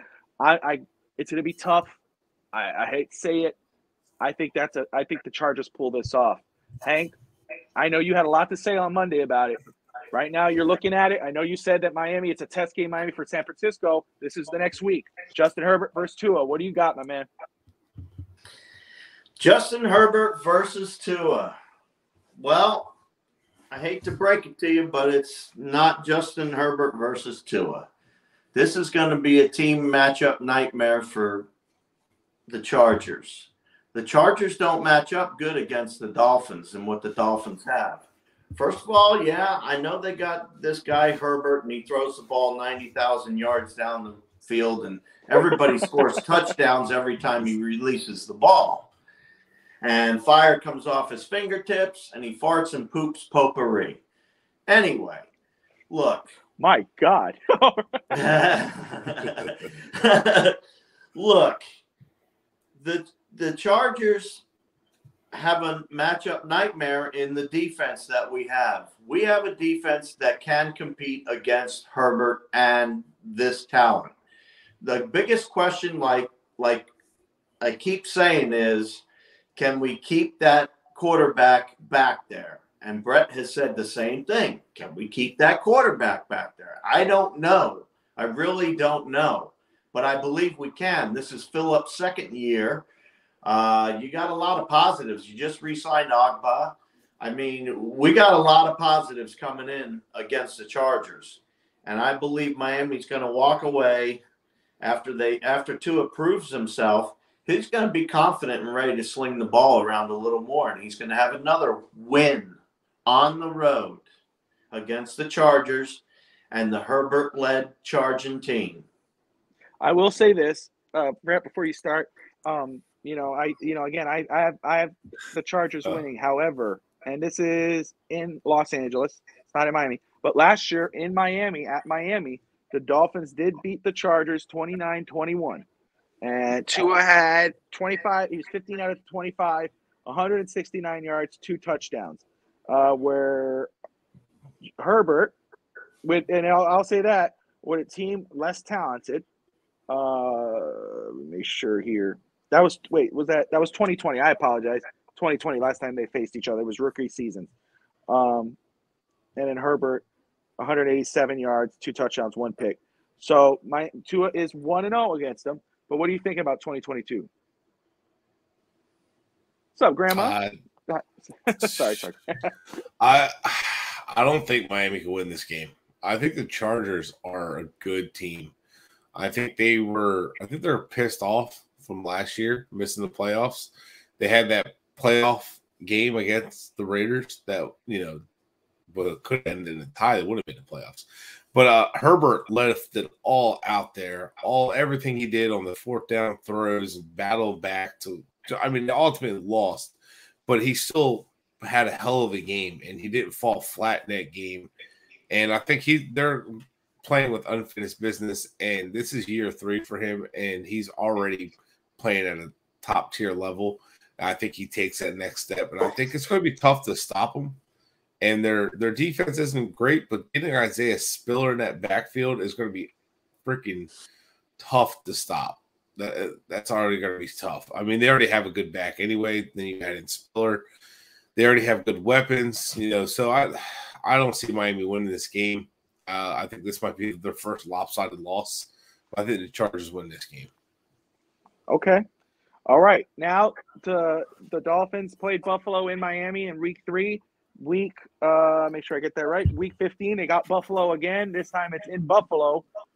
Brett, what do you got? Miami, Buffalo, in Buffalo. Chris, winter game. Man, this is where we need to find out about that run game. This is where we need to control the ball. This is where we need to run the ball and control the clock, keep Josh Allen on the sideline, and play to the weather advantage. But, man, we have not played well at Buffalo since before Josh Allen. It's been, since 2016 that we won in Buffalo, or 15, whatever. No, 16 when Ajayi went off. I think that's the last time we won in Buffalo. So I'm not really confident about going to Buffalo. I think this would be more of a lopsided loss. I think Buffalo will win that game. So for those keeping count, only 2 lopsided losses in back-to-back weeks. The first time playing Buffalo, I had them as a close loss. So, yeah, I think Buffalo wins this one, unfortunately. Yeah, I'm tired of losing to Buffalo. I'm so sick of it. I know. But I get it. What are you, Hank? All right. Now let me bring some reality to this, all right? Just like I said for September versus the Bills, Miami's going to lose this one. There ain't no way they're winning it. There just ain't no way. I got to be realistic. They are not going to beat Buffalo at home in the dead of winter. Not going to happen. Yeah, I have it the same. I have Miami losing to Buffalo. I do have them losing. They're getting swept again. And that's only because Buffalo's had Miami's number these past couple of years. But I hope I'm wrong. I hope Miami wins in week 3. But I have them getting swept as well here, especially in Buffalo with that crowd, in that stadium, in that weather. Hopefully And Tua Tua's like going to Hank, struggle. Hank, I was just going to tell you. I was just going to say the same thing. I don't know how he's going to play in that weather. He's been struggling. I know he says he's worked on that. We'll see. But right now, I have it as a loss. This is Christmas, the happy holidays. Do the Green Bay Packers are in Miami? Do the Green Bay Packers play the Grinch and take a win in Miami, Hank, or do the Dolphins give us all a Christmas present and we go the rest of the day happy? The Dolphins beat the Packers on Christmas Day. What do you got, Hank? It's going to be like opening this big present, watching Rodgers walk off the field after his loss. It's going to be really cool. I'm going to enjoy it and savor the moment. Miami will be running like a machine after they lose to the Bills. They're not going to let it go down that road, and they definitely, if they lose to the Chargers in addition to, they're not going to let 3 in a row go. I believe they will beat the Packers at home, especially in that heat in the middle of the winter. Miami has a great advantage. I like Miami. Brett? That's going to be a tough game. I mean, Rodgers is Rodgers. And they got some good players. I mean, they end up getting some decent receivers there. Yeah, so it's not like they didn't address that. Their defense is tougher than people realize. Their run game is fantastic. LaFleur, McDaniel, similar. All season long, you're going to see McDaniel facing guys that he's worked with at some point or had worked with Shanahan, very familiar with the system and how that stuff works. Man, with these games, you usually lean towards the better quarterback here. However, Mike McDaniel is coming off the last time he faced Green Bay, beating them in the playoffs. So that's true. I feel like he knows how to attack them. He's going to use that game plan. So, and Boyer is not the kind of guy like it's going to be my way, screw off. I think he'll take input from McDaniel about what they did. So I'm actually going to go with Miami surprising us and winning that game. I think it's going to be a huge surprise.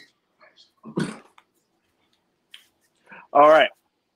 Now, this is a game where I'm either, I'm leaning loss, win. It's not one that I look and I go, oh, this is for sure. Because, like you said, Green Bay is not a bad team. I know they lost Devontae Adams, but they still have Aaron Rodgers, and they still have a lot of decent players. Aaron Jones, and I think they draft. I forgot what receiver they drafted, but they got still a decent roster. However, it's in Miami. I think with Howard, with the defense, I feel Miami will win this game. That's how I feel. Maybe I don't know if I want to put a score to it right now, but I'd say probably 28-24. Miami has to score more. Obviously Miami has to score more to win. But Miami's gonna have to score a lot of points in order to keep up with them. But I think defense kind of holds them down. I think 24 is this Green Bay's cap. I think Miami gets 28. All right. I like it. So let's go. You doing all right, Hank? I'm doing great. All right. I'm coughing a little bit, so I'm trying to move off and. I think what happened coughing. Yeah. John said, is Hank okay? You know what it is, John? Let me tell you something. I think what happened is because Hank said the Dolphins were going to lose against Buffalo. He's not used to admitting things like this. So when he starts to cough up, he's not used to it. It's okay, Hank. It's okay. No. All right, let's get back. I'll tell people out there the real deal, all right? I'm a green kind of guy, and that's the way it is, and it makes me cough a little bit. There you have it.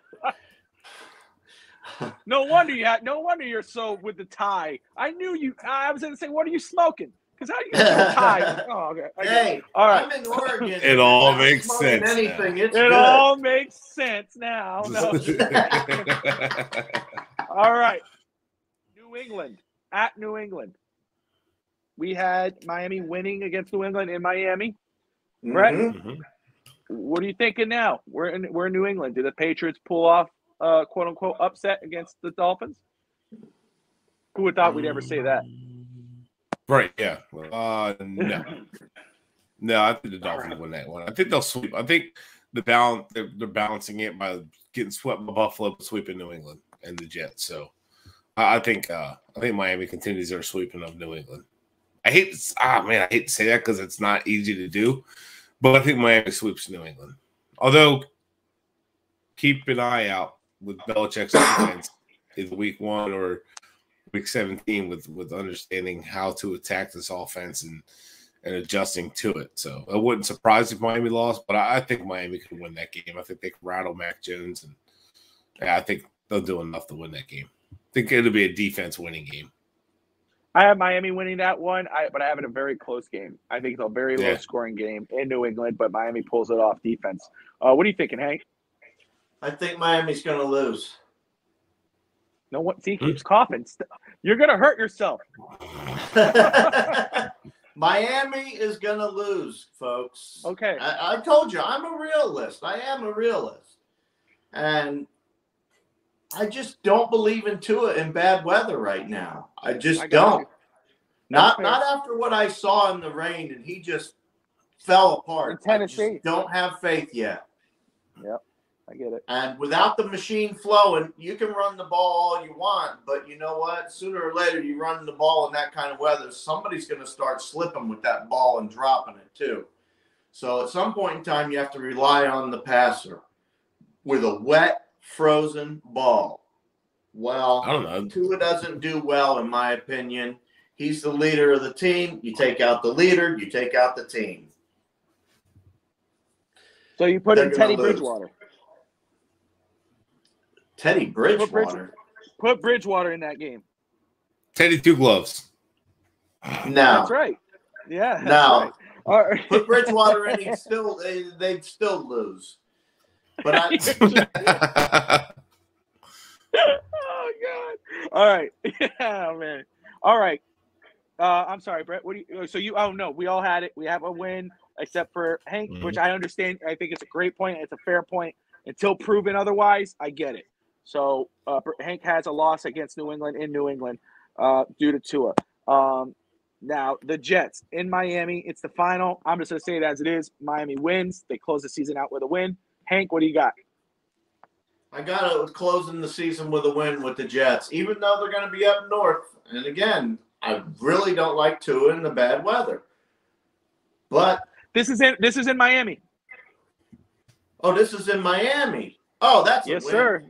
That's, I'm sorry. I'm sitting here looking. I'm like, no. Win, You're loss, good. win, loss. My bad. No, that's a win at home, of course. I'll take it. I will point out, John. Yeah. I will point out, John agrees with me. He goes, exactly. You start Teddy. He played in Denver. He played in Minnesota. It's a W. So that's all I'm saying. All right, Brett, go. All right, Minnesota plays in a dome. Oh, God, it's practice. Come on. Green Bay. They play Green Bay. They play. Come on, you know what I'm saying. Haters. As much as I troll Jets fans, I mean, like the Jets might actually be pretty good this year. They're tough. I have like memories of Geno Smith and Rex Ryan and all that failing. And no way Miami loses this game. Miami's going to go ahead and win that game. Miami's winning week 17. The sweep of the won Jets. Tonight. Hey, I'll just say this. You know how much I love the Dolphins? I missed the Heat game, but the Heat did not let me down. The Heat have knocked out the Philadelphia 76ers. Woo! Yes. As the great Rick Flair would say. As the great Rick Flair. As a Sixers fan, I know it. I thought I'd throw that in there to you. Hey, I'm a Sixers fan, so I don't share your excitement. That's all right. I stopped watching. After Jordan retired, I retired from basketball watching. I'm diehard Miami through and through. 305 till I die. All right. So, you guys have your final schedule records, predicted records so far? Yeah. I got what do you 13. Got, I got 13, 3, and 1. Brett? So I originally had Green Bay as a loss, and I changed it to a win. But okay, I'm basically between 11-6 and 12-5. But I'm going to leave it 11-6 and basically toss up between Green Bay or the Browns as a loss. So I'm saying 11-6. I think that's absolutely fair. Again, Hank got me with that tie, but Hank, I'll tell you what, you're not off. I don't think you're off. I think it was fun.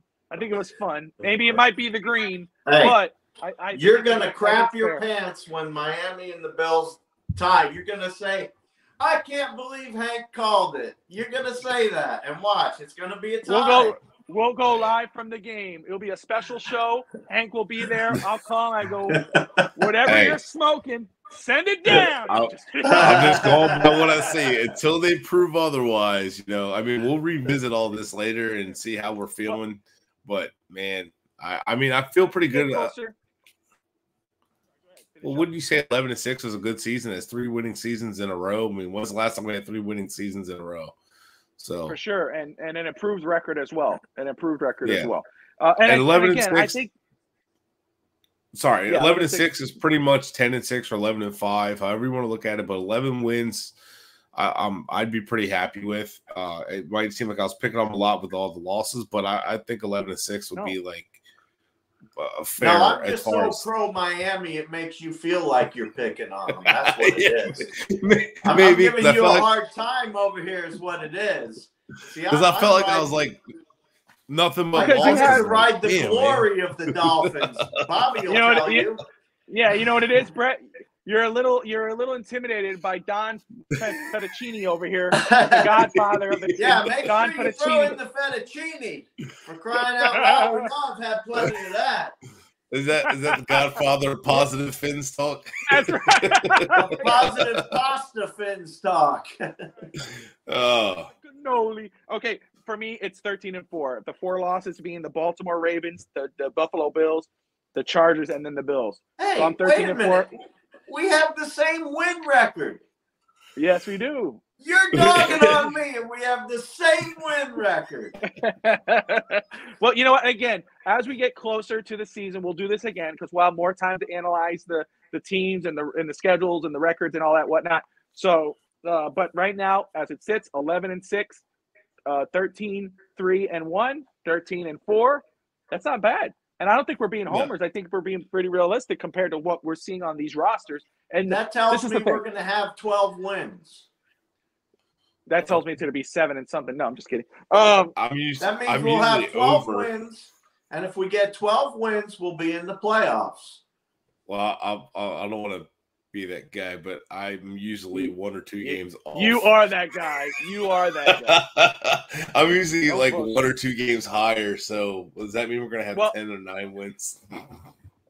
Yeah, you see? That's all right, because I averaged mine and his down 1, so that works out perfectly. Balance each other out. There you go. All right, so 11 wins. Hey, look. It's balanced. You know what? The fact of the matter is, on paper, this team is an 11, 12, 13-win football team. There's no reason why they shouldn't be. It just has to come. And, again, I think coaching plays a role in it. I have full confidence. Again, I'm more excited about the coaching staff than I am really about what's on the roster because, again, it falls on the quarterback in regards of getting the most out of these weapons. They have the weapons. Now it's on Tua to prove that we were right by drafting him the 5th overall pick. Hey, I got to tell you something. Go ahead. Go ahead, Nick. I got to tell you something. I'm sitting here and I'm looking at the schedule again, Bobby. You know how I like to look it over and then I start to mesmerize and hallucinate and all that. But it looks really good for Miami the second half of the season. We didn't hit too many bad weather. Like, in other words, we're not up at the Ravens. We're not up at the Bengals. We're not, up at the Bears late. Not at the Browns real late. We could have been at all those games late, and we weren't. So I'm pretty happy about that, to be honest with you. Absolutely. You were going to say something, Brett? Good point. So we're talking about 11 wins, 13 wins, and all that. Now, obviously, we're assuming healthy. We don't lose a lot of players, all that stuff. But depth has been my biggest concern. So at corner, I hear a lot of people say, well, corner, if we lose somebody at corner, we're done. Like, well, not necessarily, because I still think Needham, if we lost Jones, then Needham would step in and fill a big role. So I think because we have 2 really good corners, if we lose one to injury or miss a couple weeks, we have another. I think Needham is solid enough. I'm worried more about depth at the pass rusher position. Yeah. I know we're very We're very, very reliant on scheme to get pressures last year. Even with Oakball, he was schemed to get to the quarterback a lot, which he fit the scheme perfect. Don't get me wrong, but that depth is going to come into question for me. Depth on the interior defensive line, depth definitely at the offensive line, and the receiver position. I feel like we have depth. I feel like we're doing pretty good there, even with guys who might have their practice squad. And then depth of running back was addressed with Sony Michel. So I was a little worried about that because you had Mostert and you had Edmonds. Edmonds I like, but Mostert has an injury history. Edmonds I think gets dinged up here and there. Gaskin gets dinged up. Ahmed is not consistent. Gaskin isn't consistent. We don't know what Dokes is. So I like the fact they added Michel for depth. So we finally have depth of running back, so it's not as much of a question, and we'll rotate the backs. So it doesn't bother me as much. So I think that's going to be the biggest question, though. I mean, that's something that like could happen. Like we need to watch, and that's where we're going to get to see McDaniel like with that depth, how he uses that depth and how he addresses it. But if you notice, the 49ers, even with all the injuries, it was like next man up mentality without that annoying mantra, like, "Oh my God, they do such a great job, next man up. Let's make a whole series about that." But like they somehow the 49ers were decimated with injuries every year, and they were still a good team because it was like they just kept pushing forward and kept finding ways. And that's what I want to see from McDaniel if we hit that situation. But that's my biggest concern, though, is depth of pass rusher, depth on the defensive line, and depth on the offensive line at this point. Awesome point. Great point. No, absolutely, 100%. Hank has done the unimaginable. If you work with Hank as much as I do every week, this dude is very on point with the time. And he's usually 30 minutes on the dot, and he is ready to go. And let me tell you something. It's 1 hour and 45 minutes. It was a great show. We talked about the schedule, a lot of great input. And I think it's about time we wrap it up. So first off, let me first thank Mr. Hank. This is Finn's Talk Overtime. He came in. He wanted to talk the schedule. We got his take. He is 13-3-1. I am 13-4 right now, and Brett Legacy is 2-14. No, I'm sorry, 11. This changes. This changes. If the wind blows when they're playing Chicago, they're gonna lose. What you don't know, Hank, is that in Brett's scenario, Teddy Bridgewater is starting the whole season. Oh. Whoa. Guess I missed that. Oh, hang on. Wait, Teddy's starting the whole season? I need to add 2 wins. Jam it in there. Jam it in. Stir it up. We stirring the pot. Oh, my gosh. Let's end it on a fun note. We had fun. Thank you, Chris. That's why Bridgewater's the backup. So they say. No, I'm just kidding. Dolphin, Chris, Ralph, my grandma. I saw grandma in there too. I thank you for watching. Everybody who's tuning in. Thank you, guys. Hammer time. Thank you. Hammer time, everybody. Everyone who's tuned in. Hank, thank you for coming on this Thursday and sticking with us. Thank you for having me, Bobby. I appreciate you letting me come out and spice it up a little bit with you. Hey, my pleasure. I better keep these on. Hold on. I wanted appearances. That's right. And Brett, as always, my friend, it's always good. Brett's from Chi-Town, born and raised. John. All right, John. All right, guys. John, thank you for watching, everybody. We will see you guys Monday night for Finn's Talk today, and then tune in on Thursday nights for Finn's Talk Overtime. Don't forget, you can follow Brett at Brett Legacy67. He loves to talk and communicate with people, talk about Tua, his love for Tua. Yep. You can follow Fins to Win, Hank. He loves talking about Ricky and why he shouldn't be a Hall of Famer and just stirs the pot that way. And, of course, you can follow me. I'm fair with everybody. Bobby Fins Talk. And, of course, follow the show at Fins Talk Network. Go to YouTube. Do me a favor. Go to YouTube, guys. Check out the Fins Talk Network YouTube page. You can catch all the past episodes, current episodes, and future. And that's about wraps it up. So, as always, Fins up, everybody. We'll see you next time. Fins up.